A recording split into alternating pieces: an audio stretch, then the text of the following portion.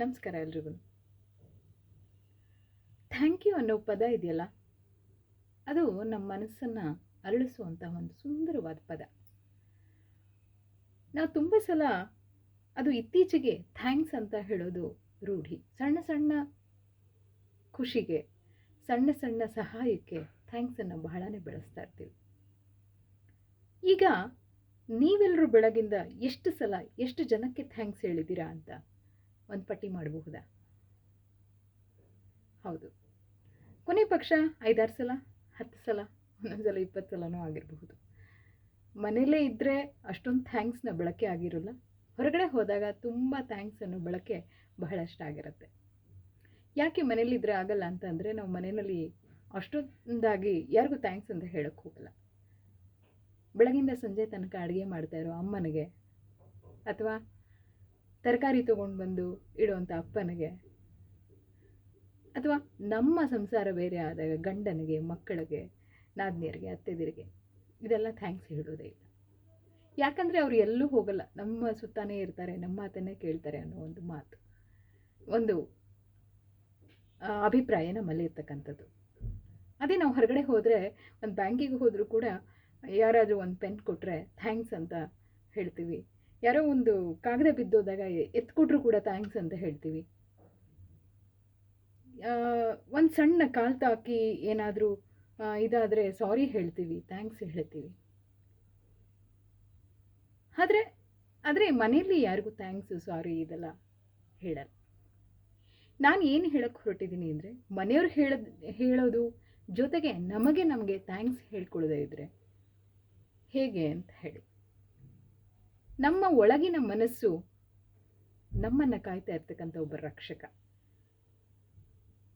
ಪ್ರತಿ ಸಾರಿ, ಪ್ರತಿದಿನ, ಪ್ರತಿ ಕ್ಷಣ ನಮ್ಮನ್ನು ರಕ್ಷಿಸುವಂಥದ್ದು, ನಮ್ಮ ಬಗ್ಗೆ ಯೋಚಿಸುವಂಥದ್ದು, ಆ ತಾಯ್ತನದ ಹೃದಯದಿಂದ ನಮ್ಮನ್ನು ಕಾಣುವಂಥದ್ದು ನಮ್ಮ ಮನಸ್ಸು. ಅಪ್ಪ ಅಮ್ಮನ ಬಿಟ್ಟರೆ ನಮ್ಮನ್ನು ಹೆಚ್ಚು ಜೋಪಾನ ಮಾಡೋದಕ್ಕೆ ಪ್ರಯತ್ನ ಮಾಡೋದು ನಮ್ಮ ಮನಸ್ಸೇನೆ. ನಾವು ತುಂಬ ಸಲ ಹೇಳೋದನ್ನು ಕೇಳಿದ್ದೀವಿ, ಮನಸ್ಸಿನ ಮಾತು ಕೇಳಬೇಡ, ಬುದ್ಧಿ ಮಾತು ಕೇಳು ಅಂತ. ಭಾಳಷ್ಟು ಸಲ ಮನಸ್ಸಿನ ಮಾತು ಕೇಳಿಯೇ ಒಳ್ಳೆಯದಾಗಿರುತ್ತೆ. ಬುದ್ಧಿ ಮಾತು ಕೆಲವೊಂದು ಸಲ ವರ್ಕ್ ಆಗುತ್ತೆ, ಇಲ್ಲ ಅಂತ ಅಲ್ಲ. ಆದರೆ ಬುದ್ಧಿ ಮತ್ತು ಮನಸ್ಸು ಅಂದರೆ ದೇಹ ಮತ್ತು ಮನಸ್ಸು, ಮೆದುಳು ಮತ್ತು ಮನಸ್ಸು ಒಂದಾದಂಥ ಸಂದರ್ಭದಲ್ಲಿ, ಅಂದರೆ ಕೋಆರ್ಡಿನೇಷನ್ ಇದ್ದಾಗ ತುಂಬ ಬುದ್ಧಿವಂತ ಆಗಿರ್ತಾನೆ, ತುಂಬ ಒಳ್ಳೆ ಕೆಲಸಗಳನ್ನು ಮಾಡ್ತಾನೆ, ತಪ್ಪುಗಳನ್ನ ಕಡಿಮೆ ಮಾಡ್ತೀವಿ. ಹಾಗಾಗಿ ಈ ಮನಸ್ಸು ಬಹಳ ಸೂಕ್ಷ್ಮವಾದದ್ದು, ಬಹಳನೇ ಬುದ್ಧಿವಂತ ಮನಸ್ಸಾಗಿರುತ್ತೆ. ಆದರೆ ನಾವು ಆ ಮನಸ್ಸನ್ನು ಸ್ವಲ್ಪ ಮಟ್ಟಿಗೆ ತರಬೇತಿಯ ಕಡೆಗೆ ವಾಲಿಸಿರ್ಬೇಕಷ್ಟೆ. ಹೇಗೆ ತರಬೇತಿ ಕೊಡೋಕ್ಕಾಗತ್ತೆ ಮನಸ್ಸಿಗೆ ಅಂತ ಹೇಳಿದ್ರೆ, ಬದುಕು ಒಂದು ಪಾಠ. ಪ್ರತಿಯೊಂದು ಪಾಠವನ್ನು ಮನಸ್ಸು ನೋಡ್ತಾ ಇರುತ್ತೆ, ಕೇಳ್ತಾ ಇರುತ್ತೆ. ಅದಕ್ಕೆ ಸರಿಯಾದ ತಪ್ಪು ಯಾವುದು ಅನ್ನೋದನ್ನು ಸುಪ್ತ ಪ್ರಜ್ಞೆಗೆ ನಾವು ಕಲಿಸಿಬಿಟ್ರೆ, ಮನಸ್ಸು ತಾನಾಗೇ ಆ ಕೆಲಸಗಳನ್ನು ಮಾಡೋದಕ್ಕೆ ಆರಂಭಿಸುತ್ತೆ. ದೇಹ ರಾತ್ರಿ ಆದ ಕೂಡಲೇ ಒಂದು ಸ್ವಲ್ಪ ವಿಶ್ರಾಂತಿಗೆ ಬರುತ್ತೆ. ಒಳಗಿನ ಹೃದಯ ಬಡ್ಕೊಳ್ತಾನೆ ಇರುತ್ತೆ, ಉಸಿರಾಟ ನಡೀತಾನೆ ಇರುತ್ತೆ. ಹೌದು, ಆದರೂ ಕೆಲವು ವಿಶ್ರಾಂತಿ, ಕೆಲವು ಮಟ್ಟಿಗೆ ವಿಶ್ರಾಂತಿಯನ್ನು ದೇಹ ಹೊಂದುತ್ತೆ. ಆದರೆ ಮನಸ್ಸು ಬಡ್ಕೊಳ್ತಾ ಇರ್ತಕ್ಕಂಥ ಆ ಹೃದಯಕ್ಕೆ ಹೇಳಬೇಕು, ಬಡಿತಾ ಇರು ಅಂತ ಹೇಳಬೇಕು.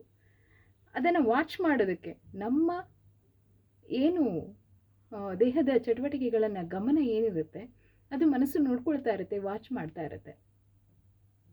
ಮನಸ್ಸು ಕೆಟ್ಟ ದಿನ ನಾವು ನಿದ್ದೆ ಮಾಡೋದೇ ಇಲ್ಲ, ಮನಸ್ಸು ನೊಂದ ದಿನ ನಾವು ಊಟ ಮಾಡೋದಿಲ್ಲ ಅಲ್ವಾ? ಮನಸ್ಸನ್ನು ಚೆನ್ನಾಗಿಟ್ಕೊಂಡ್ರೆ ದೇಹ ಚೆನ್ನಾಗಿರುತ್ತೆ. ಅದಕ್ಕೆ ಈ ಮನಸ್ಸಿಗೆ ನಾವು ಆಗಾಗ ಥ್ಯಾಂಕ್ಸ್ ಹೇಳಬೇಕು. ಮನಸ್ಸಿಗೆ ನೀವು ಯಾವತ್ತು ಥ್ಯಾಂಕ್ಸ್ ಹೇಳೋದಕ್ಕೆ ಶುರು ಮಾಡ್ತೀರೋ, ಅದು ಒಳ್ಳೊಳ್ಳೆ ಕೆಲಸಗಳನ್ನ ಮಾಡುತ್ತೆ, ಒಳ್ಳೊಳ್ಳೆ ಅಭಿವೃದ್ಧಿ ಪಥದಲ್ಲಿ ನಡೆಸೋದಕ್ಕೆ ಆರಂಭ ಮಾಡುತ್ತೆ. ಮನಸ್ಸಿಗೆ ಆ ಶಕ್ತಿ ಇದೆ. ಮನಸ್ಸನ್ನು ನಾವು ತರಬೇತಿಗೊಳಿಸುವಲ್ಲಿ ನಾವು ಸರಿಯಾದ ಚಟುವಟಿಕೆಗಳನ್ನು ನೀಡುವುದರ ಮೂಲಕ ಅದರ ತಯಾರಿಯನ್ನು ಮಾಡಬೇಕು. ಈ ಎಲ್ಲ ಅಂಶಗಳನ್ನು ನನ್ನ ಮನಸ್ಸೇ ಥ್ಯಾಂಕ್ ಯು ಪುಸ್ತಕದಲ್ಲಿ ನಾನು ಬರೆಯೋದಕ್ಕೆ ಪ್ರಯತ್ನ ಪಟ್ಟಿದ್ದೀನಿ. ಹಾಗೆ ಪ್ರತಿದಿನ ನಾನು ಈ ಕುರಿತಾಗಿ ಒಂದೊಂದು ವಿಡಿಯೋಗಳನ್ನು, ಒಂದು ವಾರಕ್ಕಾದ್ರೂ ಒಂದೊಂದು ವಿಡಿಯೋಗಳನ್ನು ಹಂಚಿಕೊಳ್ಬೇಕು ಅಂತ ಹೇಳಿ ಅಂದ್ಕೊಳ್ತಾ ಇದ್ದೀನಿ.